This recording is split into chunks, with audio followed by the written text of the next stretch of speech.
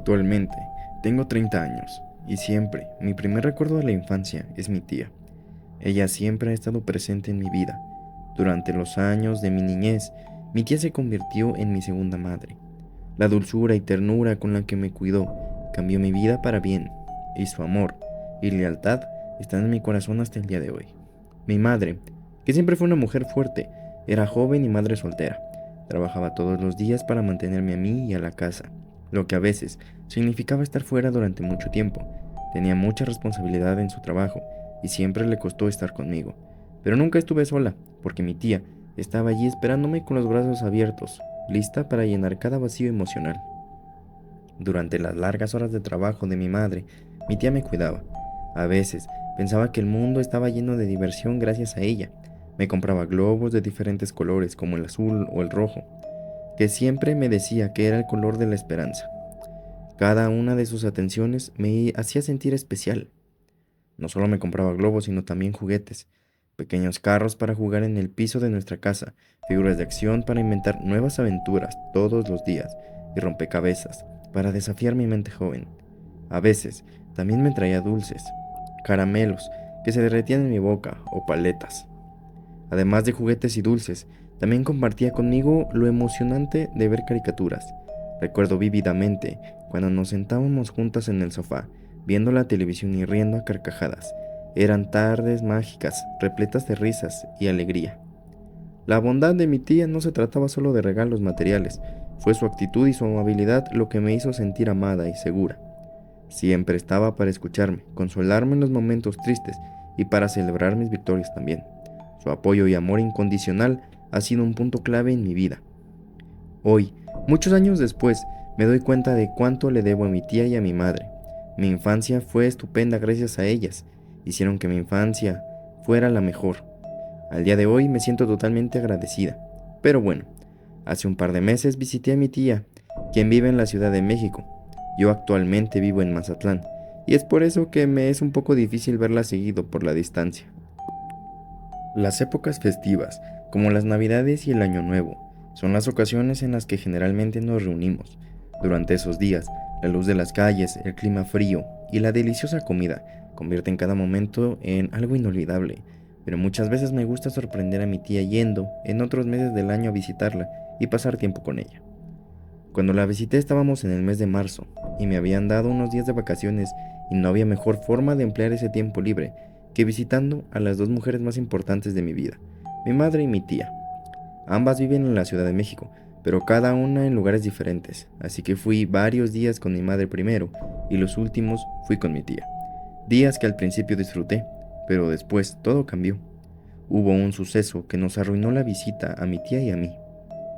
Mi tía siempre me hacía sentir como en casa, independientemente del tiempo o la distancia que nos separara.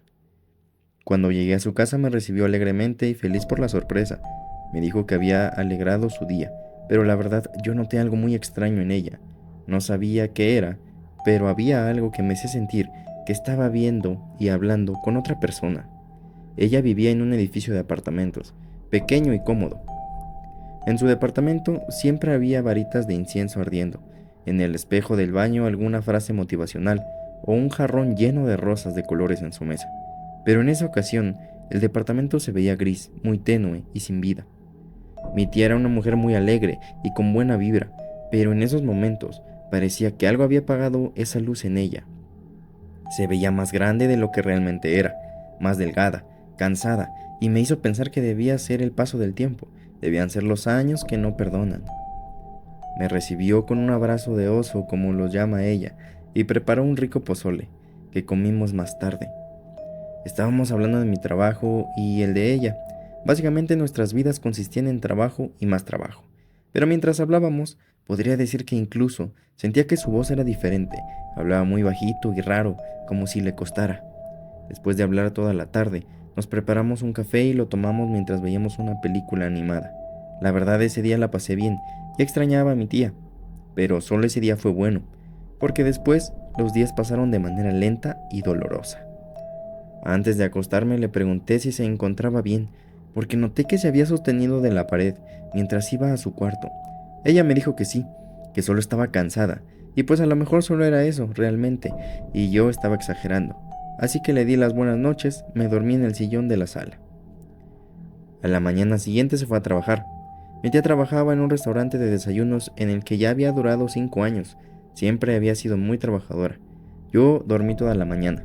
Normalmente me despierto a las 4 de la mañana para ir a trabajar. Por lo tanto, como estaba de vacaciones, tenía que aprovechar al máximo mi descanso. Me desperté algo tarde. Me bañé y descubrí que mi tía había preparado hot cakes y huevos con jamón. Calenté la comida y desayuné. Después hice el quehacer de la casa. Barrí, acomodé algunas cosas y sacudí el polvo. Mientras hacía eso, me di cuenta que en varios lugares de la casa había cosas raras. Encontré el piso de algunas esquinas manchado de lo que parecía ser sangre seca. También estambre rojo enredado en varias cosas.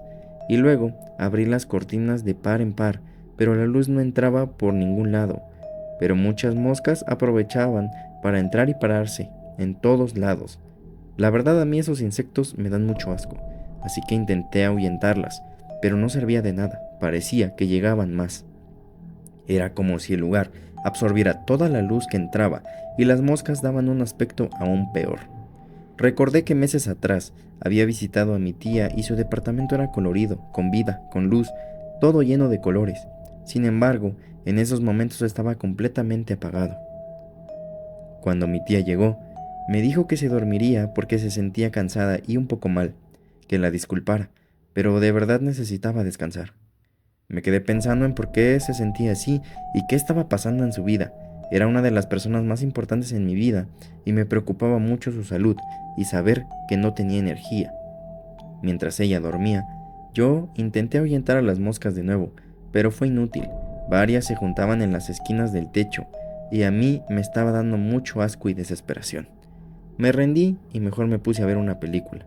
Pensé que cuando despertara mi tía podríamos ir a comprar algunas matamoscas.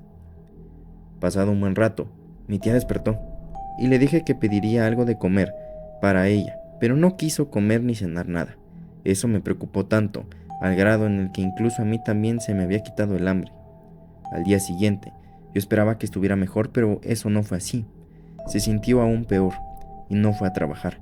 Yo insistí en que fuéramos al médico, pero ella me dijo que no le hiciera caso, que estaba bien y que de verdad no quería arruinar mi visita. Aunque eso a mí no me importaba, yo quería que ella estuviera bien. La salud de mi tía estaba en declive. A pesar de su habitual deseo de disfrutar cada día como el último, ahora parecía estar fatigada y enferma. En sus ojos, que antes estaban llenos de vida, solo quedaba la sombra de la mujer que conocía y quería. Durante mi visita, estar en su departamento era muy triste. La alegría que normalmente emanaba de ella y se esparcía por todo su espacio había desaparecido. El departamento, que solía ser un refugio de felicidad y risas, ahora parecía matar la luz, y un gris oscuro y deprimente estaba en cada rincón, y las moscas no se iban ni con veneno. Mi tía no iba a trabajar porque no se sentía bien, así que aunque no estuvo de acuerdo la llevé al doctor, pero después de la revisión nos dijo que mi tía no tenía ningún problema, que quizás solo era estrés, pero que debía alimentarse bien. Aún así le mandó a hacer algunos exámenes médicos para descartar cualquier posibilidad. Era raro que el médico dijera que mi tía no tenía nada, porque yo la veía muy mal, pero más extraño aún fue lo que pasó esa misma noche después de ir al doctor. Decidí salir a comprar algo de cenar, pero cuando puse un pie afuera del departamento, vi algo fuera de lo común. Era una pila de huevos podridos apilados en la puerta. El olor era repugnante y desagradable a la vista también. No comprendía quién podría haber dejado eso ahí y por qué. Cuando llegamos al departamento después de la revisión médica no estaban, así que alguien los había puesto no hace mucho. Aunque el incidente me dejó inquieta, decidí no contarle nada a mi tía. No quería preocuparla o hacer que se sintiera peor, así que eché los huevos al bote de basura y no mencioné nada. Ya llevaba varios días en la Ciudad de México y necesitaba regresar pronto al trabajo, pero no podía dejar a mi tía así que decidí pedir más días para pasar el tiempo con ella, hasta que estuviera mejor. A pesar de que ella no quería comer, trataba de darle, aunque sea un poco, de gelatina, atoles y caldo de pollo, para que se nutriera, pero cada día parecía estar peor. Un día después del incidente de los huevos, Fui a comprar algunas cosas del súper a plena luz del día, y al regresar me encontré un frasco lleno de sangre justo en la puerta, en el mismo lugar que habían puesto los huevos. Mi estómago se revolvió por el asco, pues ese frasco desprendía un olor nauseabundo. Era algo sin sentido, no entendía quién era la persona que dejaba esas cosas ahí. Y bueno, al día siguiente todo empeoró aún más. Para mi horror, me desperté y cuando fui a lavarme los dientes del baño, me di cuenta de que había miles de gusanos blancos arrastrándose por las paredes. Eran de esos gusanos que comen carne muerta. No pude evitar llorar porque estaba desesperada. Era como si la vida en ese lugar se fuera acabando y no podía dejar a mi tía así, quien no mejoraba. Parecía incluso que la salud se le acababa con cada minuto que pasaba. Su piel se había vuelto más pálida y estaba completamente seca, y sus ojos parecían vacíos. Sus ojeras estaban oscuras y su cabello comenzó a caerse. Lo raro estaba en el hecho de que siempre que ponía un pie fuera del departamento había cosas raras. Incluso encontré un muñeco enredado en hilo. Luego, la mitad de una cebolla con el nombre de mi tía escrito. Mientras tanto, mi tía continuaba deteriorándose. Su piel se volvía cada vez más blanca, casi transparente, sus ojos hundidos. Los estudios que le había hecho el doctor no revelaban nada raro, pero necesitaba más opiniones, así que la llevé a varios médicos, esperando que uno de ellos pudiera determinar la causa de su malestar. Pero fue inútil. Ninguno de ellos sabía qué tenía. Estaba muy preocupada, no sabía qué hacer. Mi segunda madre estaba muy mal y no quería que le sucediera nada malo. Ya era demasiado, así que comencé a unir todo: las moscas, el estambre rojo, la sangre, los huevos, los gusanos, el muñeco y la salud de mi tía. Eso sin duda parecía brujería. Desesperada y sin saber qué hacer, decidí buscar ayuda. Los eventos inquietantes que habían estado sucediendo eran demasiado para manejarlo sola. Pero, ¿a quién podría recurrir en una situación como esta? Traté de mantener la calma y pensar con claridad. Algo no estaba bien y tenía que descubrir qué era antes de que fuera demasiado tarde. Llegó el punto en el que por la noche se escuchaban ruidos extraños. Eran voces. El frío calaba los huesos. Alguien daba golpeteos en la puerta. Gusanos incluso en la comida. Era algo insoportable y mi tía me dijo que creía que alguien le estaba haciendo algo malo. En mi desesperación decidí buscar la ayuda de un sacerdote. Me aferré a la idea de que su bendición podría purificar el departamento de mi tía, que sus oraciones podrían restaurar la paz. Cuando llegó el cura, caminó por cada habitación salpicando agua bendita y recitando oraciones, mientras yo observaba con esperanza. Pero a pesar de sus esfuerzos, nada cambió. La casa permanecía oscura, fría y gris. Los sonidos por las noches no cesaban y las moscas no se iban. Todo estaba empeorando. Las voces parecían hablar más fuerte por la noche. Mi tía incluso temblaba de la temperatura tan alta que tenía. Hacía un frío insoportable en el departamento. Se sentía como el lugar más triste en el que había estado en toda mi vida. Necesitaba encontrar una solución para acabar con todo eso y para que mi tía se repusiera. Ya no quería verla mal. No había ido a trabajar, no quería comer ni quería hacer nada. Así que en un último intento de buscar ayuda, recurrí a un chamán. Había escuchado historias de personas que habían recurrido a ellos en situaciones parecidas, cuando la medicina y la ciencia no podían ofrecer una solución. Aunque era escéptica, estaba dispuesto a probar cualquier cosa que pudiera ayudar a mi tía. Con su vida en juego, ya no tenía nada que perder. Me dirigí al chamán con desesperación en los ojos. Él me observó en silencio. Su mirada parecía estar estudiándome, mientras le narraba los hechos espeluznantes que habían estado ocurriendo en casa de mi tía. Él asintió en silencio. Su expresión era sombría, mientras escuchaba cada palabra. Una vez que terminé, se quedó pensativo durante un rato. Luego, con una voz grave, me explicó que los síntomas de mi tía y los eventos extraños alrededor de su casa parecían indicar un trabajo de brujería que alguien había realizado para quitarle la vida poco a poco. Tenía razón. Mis ojos se abrieron enormemente. La verdad, tenía miedo de que mi tía muriera y no quería decirle a mi madre o a alguien de la familia porque no quería preocuparlos. Así que aunque no creía mucho en esas cosas, le dije que me ayudara a salvar a mi tía. era lo único que tenía en ese momento. Él dijo que haría todo lo posible por salvarla, y por la seriedad en su rostro me di cuenta de que no era una broma, que todo era completamente real. El chamán me aseguró que podían revertir los efectos, pero requeriría un ritual especial y algo doloroso para mi tía. Le pregunté que si sabía quién estaba haciendo eso, y me dijo que era una persona despechada y rencorosa, pero no me dio nombres. El chamán y yo fuimos al departamento y le dijimos a mi tía qué estaba pasando. Ella dijo que ella también creía que alguien le estaba haciendo algo. Le dije que por favor pensara quién podría ser, y ella se quedó pensando durante varios minutos en quién podría haberle hecho eso, y me dijo que probablemente era uno de sus vecinos, quien estaba enamorado de ella, pero jamás le había hecho caso. Me dijo que él le había dicho en una ocasión que preferiría que estuviera muerta a aceptar que ella no quería nada con él.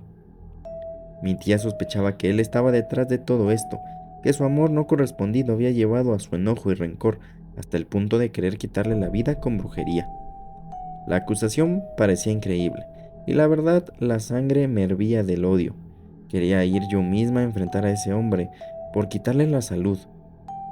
Mientras el chamán preparaba el ritual para revertir el trabajo de brujería, decidí ir a ver a ese hombre, que por cierto en todos los días que estuve en el edificio jamás lo había visto.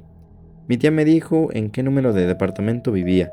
Toqué su puerta y me abrió un hombre moreno, con sobrepeso y con rasgos fuertes. Fue un encuentro lleno de resentimiento. Él me miró y parecía que ya sabía quién era yo. Me dijo que me largara, que dejara de molestarlo, pero le dije que yo sabía qué le había hecho a mi tía y que era un cobarde por no aceptar un no por respuesta. El señor se molestó y me comenzó a decir que no sabía qué estaba hablando, pero no sabía mentir, hasta que le dije que ya no le hiciera nada más a mi tía, porque si no, nosotros le haríamos lo mismo. Cerró la puerta sin decir nada, furioso, pero no me importó, porque por lo menos lo había enfrentado, así que fui hacia donde estaba el chamán y mi tía. Cuando llegué me di cuenta de que el chamán estaba limpiando con el humo de un sahumerio a mi tía. Le estaba aventando alcohol y estaba pronunciando palabras que jamás había escuchado. En el momento en que terminó la limpia, tocaron la puerta, y era el vecino, quien finalmente admitió su culpa y suplicó perdón. El señor se veía realmente arrepentido, y mi tía le dijo que no había problema, pero que no lo quería ver jamás, que ya no le hablara, y aceptó derrotado, y se fue. Me sorprendí, pues unos minutos antes me había gritado y no había admitido que había sido él. Pero cuando se fue, el chamán me dijo que él mismo había hecho algo durante el ritual para que el culpable del sufrimiento de mi tía le pidiera perdón arrepentido. Le agradecí infinitamente al chamán y después de todo eso mejoró. Cuando el chamán se fue, el alivio y la tranquilidad reinó sobre la casa de mi tía. Los colores parecían más brillantes y la luz entraba de nuevo por las ventanas, devolviendo la vida al departamento. Las moscas se fueron, los ruidos por las noches cesaron y los gusanos desaparecieron. Y lo más importante, mi tía comenzó a recuperarse. Sus ojos recobraron su brillo natural, sus mejillas recuperaron el rubor. La mujer que me había estado desvaneciéndose frente a mis ojos volvía a ser mi tía, que conocía y amaba. Mi tía agradeció que estuviera con ella todos esos días y nuestra relación se volvió aún más estrecha. Muchas veces pienso en qué hubiera pasado si no hubiera estado justo en esos momentos con ella. Quizá ya no estaría en este mundo. Si llegaste hasta el final de la historia, déjame agradecerte y también decirte que nos puedes compartir tu historia, ya sea en el apartado de comentarios o por un mensaje en la plataforma de TikTok, en donde estamos presentes con el mismo nombre que aquí en YouTube, o por el correo que se encuentra en la descripción. Y recordarte, seguir atento, pues las historias jamás se acaban.